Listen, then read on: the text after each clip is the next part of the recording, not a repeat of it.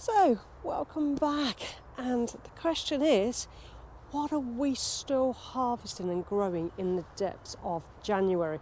Now, it's -4 today. It is absolutely freezing.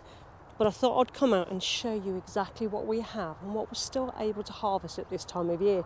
Now, it's not going to be an abundance of crops, but if you plan your growing season right, you will be able to overwinter certain crops that can deal with this kind of frost, snow, ice and wind and things, to be able to harvest through the January, February months. So I thought I'd show you just a couple of the crops that we actually have got going on. Next year I'm hoping to have more overwintering produce.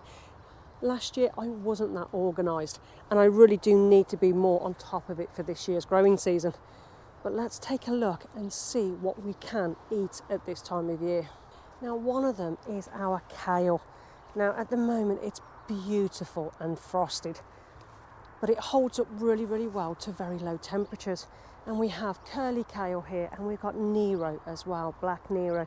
Now, I love the dark black Nero because it tastes so good. I love a really good, strong tasting kale. It's not what everyone's cup of tea, but there's plenty of kales that you can grow through the winter months. And I do believe the Russian kale, which is a little bit more delicate and can be used for a salad if cropped young, can also be grown through the winter months to give you a little bit of green food at this time of year. Now, I was going to come down and harvest some of this today, but I've already got some. This is starting to come to its end of its life eventually, but for the next, I reckon, to the end of February at least, I think we'll be absolutely fine. So we'll carry on cropping these different types of kale here, and it really is a welcome treat at this time of the year when really there's not much growing on your allotment. The good old sprouts. Now, we've still got several sprout stems in here as well as on the top. Now, some of them have blown, some of them have opened up. They will still taste absolutely fine. It's really nice sliced up with a bit of bacon or a bit of butter fried up. It's one of our most favourite dishes at Christmas. But remember, sprouts are not just for Christmas. They can be eaten throughout the whole of the winter months. Now, depending on what you're sowing will dictate whether it's a before Christmas crop that you'll get or ones that go after. Now, we do need to start harvesting these because I don't want to get too much damage on, but this type of frost is perfect for sprouts. It will really, really sweeten up those sprouts when you cook them. That frost really does help to do that. And it's always beneficial to leave your sprouts until it has been hit by a nice hard frost. Now, one of the other sides to having sprouts at this time of the year, you can have sprout tops. Now, we've taken all the sprout tops off of this because we've already eaten them.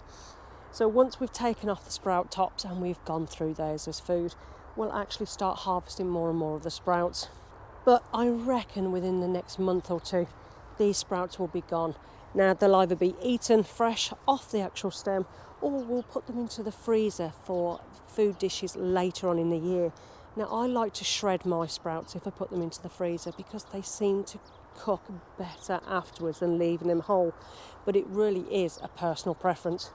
But sprouts is definitely one to overwinter. Now, my purple sprouting broccoli. Now, normally this starts getting harvestable, I think it's normally about March for this particular variety, but we've actually had one or two stems that started producing their broccoli florets in November last year. That one pretty much will be done and dusted way before the others, but we've had some nice stems of broccoli off of that plant. Now, depending on your variety will dictate to when these are harvestable, and there is so much variety out there, but they handle the cold really well. Now, they all look really, really upset at the moment because they have had a hard frost.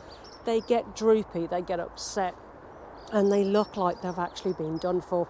But trust me, within a day or two, these will be completely picked up, and they'll have no issue whatsoever with carrying on growing.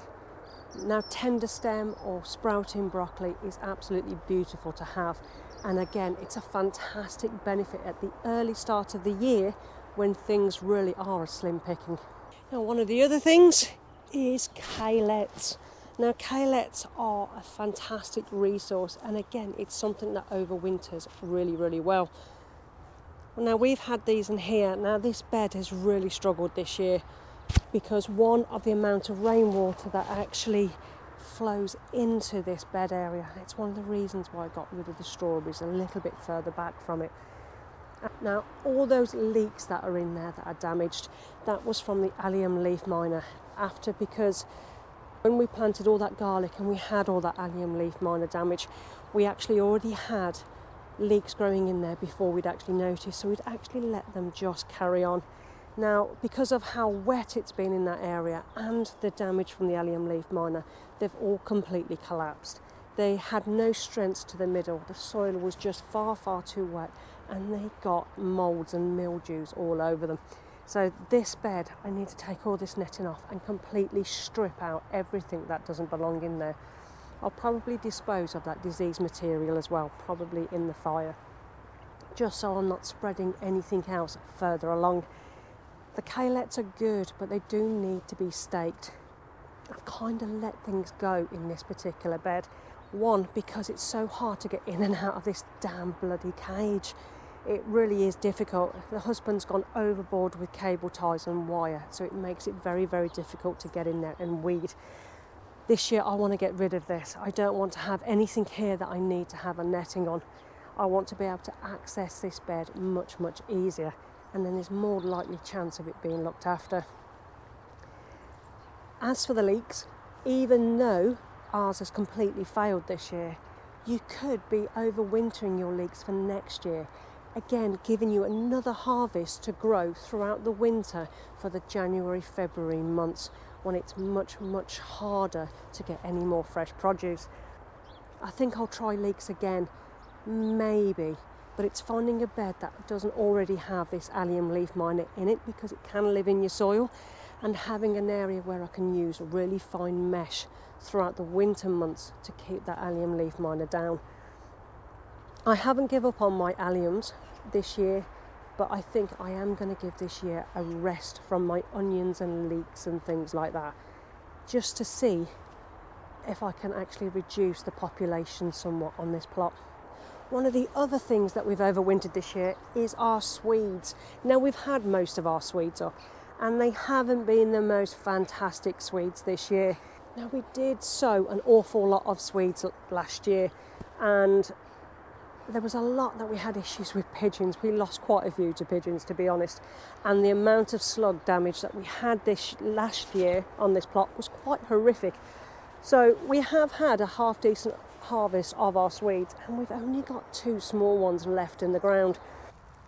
Now, they really are an odd size and shape this year.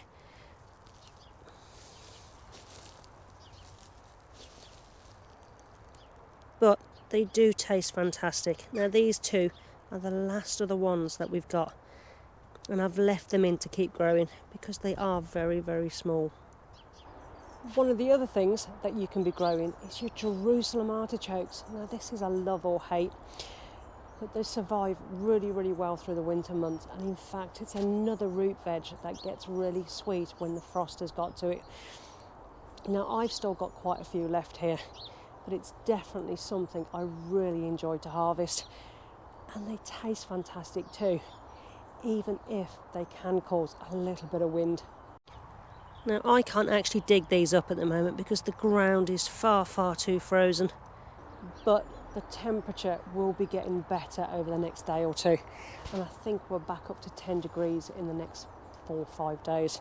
So I'll actually be harvesting some of these Jerusalem artichokes to taste, and I'll also be selling some because I probably won't need that amount of Jerusalem artichokes.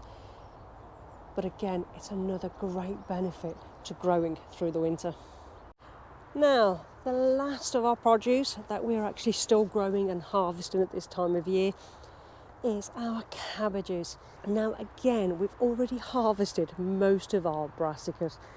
There is a few in here that we are still taking, but they're quite small. And again, it was another crop that we had a massive impact of slugs and snail damage. And in fact, by the time we took off most of the leaves that were badly damaged, there wasn't actually much left. So next year I'm actually going to make sure that I keep on top of the slug and snail population a little bit more. But it is something that you can overwinter, again, to give you a really good harvest.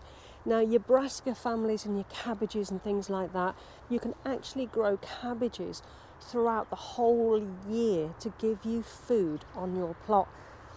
And there's a cabbage to everyone's taste, whether you like white or red or the dark Savoy or the many, many others that you can actually get. There is loads and loads of choice out there to grow. Now, we have some Savoys left in here, a few red cabbages that might be okay, and we've also got some broccoli that had actually resprouted multiple times now. Now, it's not the biggest piece of broccoli in the world, but it's still there. Now, if we'd grown more later on in the year and it had overwintered successfully, we would have had a bigger harvest at the moment this time of year. Again, we've got more sprouts in there and a few other little bits of brassicas that we can actually harvest. So again, another great resource to give you some of that food in the colder months. So if you're fortunate enough to have a polytunnel or a greenhouse, you can extend even more produce through the winter months. Whether it's heated or not heated, there is plenty of things that like that little bit of extra bit of shelter through the winter months to carry on growing. Now, you're not going to be able to grow your tomatoes in there and your other bits and pieces and things like that unless you've got super amount of heat going into that polytunnel. In general, I think most of us probably haven't got that. But there is plenty of other things. There is certain herbs, lettuces, things like that you can actually grow through the winter months. Just make sure that what you're trying to sow will actually survive the temperatures that we have. Now, most of the time, either the seed packet will tell you whether it can be winter sown, or Google is a great benefit. Having that little bit of fresh lettuce or beets or spring onions through the whole of the winter month can really add that extra vitamins and minerals that we so desperately need at this time of year. When we buy things in the supermarkets and things, we don't know how long it was harvested, how far it's had to travel, and each hour losing vitamins and minerals. Being able to come down onto your own plot and actually harvesting as you go through the winter months will massively boost your minerals and vitamins uptake, which in my eyes can only be a good benefit. Never mind having some fresh air and being out in the sun, even if it is absolutely freezing, how much extra energy and mood positivity that this actually produces. So as you can see, there's lots of things you can harvest throughout the winter months. Mainly, most of them outside are brassicas for us at this time of year, but there is many, many things that you can actually grow. So guys, what is it that you are still harvesting now? What things are you actually really, really enjoying? And what are you planning to grow through the winter months next year? But let me know in the comments, guys, what's your favourite winter veg to grow? There's a few things I definitely want to start growing for next year, but I'd like some of your opinions in the comments, guys. So guys, that's it for today, and I shall see you in the next video.